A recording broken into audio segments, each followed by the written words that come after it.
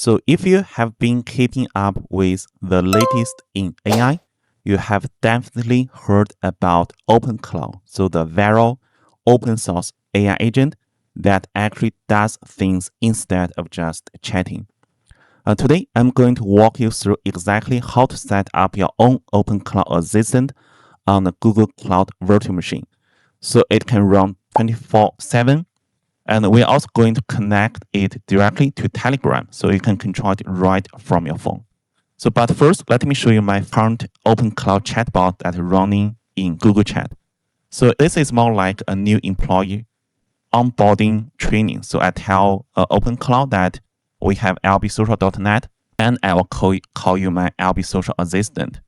And so it remember its name. And also I'm introducing lbsocial. That is, we have free tutorials and also online courses about data science in the cloud with AI. And also I said, so do you have any plan tonight? Because I'm going to sleep. And OpenClaw said, well, you are getting some rest, and OpenClaw is going to do some busy in the background. And I said, oh, show me the plan. So that is the plan. So the first step, second step, etc. So let's try to chat with OpenClaw one more time. So an OpenClaw response, I'm doing well, and also get ready for LB Social or any cost tracking updates. All right, so before we start, let's look at the cost. So the cost actually include two parts. The first one is a computer that running in the cloud 24/7.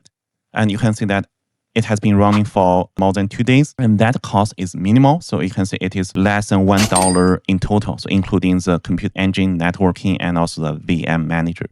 So it is always a good practice that you can set up your budget so you can get alert if something goes wrong, so you can stop your instance immediately. So the second part of the cost comes from the brain of the AI. I am using the Gemini API. You can see I barely did anything, but it already cost me like $2 if you can buy the Google AI Pro plan, which is $20 per month.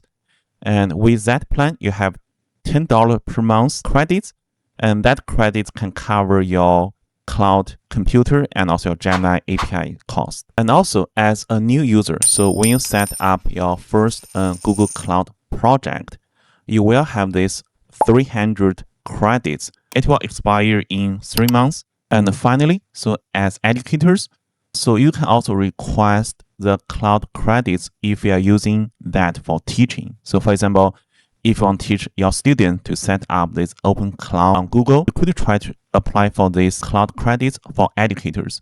And you can see that a faculty member can receive up to $100 cloud credits, and also students can receive up to $50.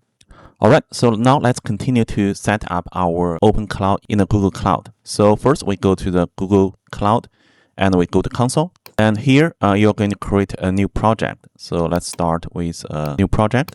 And here I'm going to give it a name. So demo OpenClaw. So now the project is ready. All right, so now we are on this project. So before I start, if this is your first time, you probably need to set up your billing account and also provide your payment information. And after that, we're going to continue the compute engine. Let's just enable the cloud compute engine. So compute API. So let's enable the compute engine API. Make sure that is enabled. So enable. So let's create our instance. We can give it a name. So let's call it OpenClaw VM. So virtual machine. And here you can choose the type of your VM instance. We are using the E2, which is the cheapest one. And within the E2 family, you can have those different choice. So for example, the E2 medium, if you choose that one, the cost is about $25 per month. The recommended minimal instance is E2 small, which will cost you about $13 per month. And let's go ahead and create. All right, so while this is being set up, so I want to highlight the OpenClaw documents. So their documents are great. If you go to the install page, and they tell you that how to install OpenClaw on different operation system. All right, now our instance is ready. There are several ways that you can connect with this virtual machine. If you click the drop-down list, so you can just connect that one with the browser. There's only one Linux command that you need to run, so which is this one. So just copy it, and then we go back to the Linux window and paste. So you can just paste and hit enter. And so now OpenClaw will be installed automatically. So you're going to download those packages, the tools, and also build the OpenClaw for you. So while we are waiting for the OpenClaw that being set up, so let's just go ahead and also generate our Gemini API keys and also our Telegram bot tokens. So we go to the Google AI Studio, and at the bottom, you can see we create a new API key. And if you want to create a separate project, you can do that. Here, I'm going to store this API key into the project that we just created, which is the demo OpenClaw. So let's import project from Google Cloud, and we choose this one, demo OpenClaw. And now we select this one more time.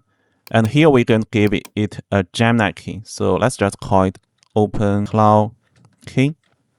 And also we go ahead create. And it is always a good idea that you set up a cap. So for example, let's say $5. And the next, we're going to go to the Telegram. So Telegram is the easiest way where you can communicate with your OpenClaw on your cell phone. So let's start searching the BotFather. And just make sure you're using this one that has this blue check mark. And now we start. So essentially, we're going to create a new bot in Telegram. So because essentially OpenClaw is will be a bot that you can talk in Telegram. So let's create a new bot. And now you're going to choose a name for your new bot. Let's just call it OpenClaw. And now we're going to give it a username. So the username must be unique and also must be end with BOT. So let's give it a creative username. Let's say demo OpenClaw and also some random numbers and BOT. And now they just give you this API. And of course, you should not share this API with any people. Same reason you should not show your API with other people. Great. You can see that the OpenClaw is now installed successfully. So since I'm using it by myself, so I'm going to, yes, it is a personal use. And now we're going to the onboarding model. So we're going to configure the skills and also set up API keys, etc. So let's go to the quick start. And here, the first step is always provide your large language model APIs. So let's choose Google.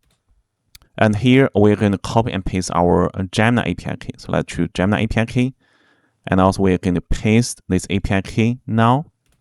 So now you need to go ahead and also copy and paste. So now you're going to choose your default model. So here you can see the default model is Gemini 3.1 Pro, which I believe is the most expensive one. And now you're going to select the channel. So how do you want to communicate with OpenClaw? In my previous demo, I used Google Chat. So let's choose Telegram. So that is the easiest one. How do you want to set up your Telegram bot?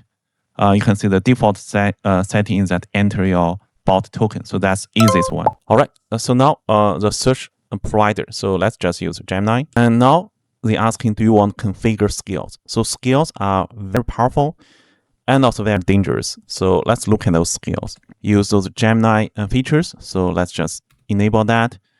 And also control your GitHub. This can be dangerous. You can also use this one to control your Gmail, calendar, etc. And also you can use that one to create images with Nano Banana. So I'm going to enable that. And also just make sure that you choose the skills that you are comfortable with. And there's still risk that using those skills, hatch that one with the command line. You are my personal assistant. Call you OpenClaw. And also be professional. And also you can use your emoji. And also you can do something else. So for example, are there any strict rules or boundaries that you want to write to that soul.md file, etc. So if not, you can just close this session. So just press Ctrl and press Ctrl C one more time. And also OpenClaw has some comments that you can use. So for example, if you just type OpenClaw, and here you can see those are the comments. For example, if you want to change your models, or if you want to provide some API keys for different models, and you can just use those comments. So now if we go back to our chatbot, open this chatbot, and let's say start. So here you can see that we need this pairing code. So here we see OpenClaw pairing approval, and we approve this pairing from Telegram with this code that provided. So now let's go back to the Telegram. So let's say ask something like, can you check the weather in Fairfax? And now you can see that the current weather in Firefox. Can you create an image about the weather? All right, so this does send me an image and remind me about the weather every day at 9 a.m. And now you can see that, so OpenClaw just set up the daily job for you. So there you have it. So your very own OpenClaw agent running 24/7 on Google Cloud VM and also responding to your comments in Telegram. Now, as we saw earlier, so running this setup with cloud providers and external APIs can cost your tokens quickly. So if your agent is highly active, if you want to save your tokens and also avoid those API bills together, you can actually deploy OpenClaw entirely locally. So for example, you can have an Apple Mini and also just set up the OpenClaw on the Apple Mini. And also you can just set up a local large language models. And also you can just pair it with your OpenClaw. So you can get the same exact features with zero API cost and also full privacy.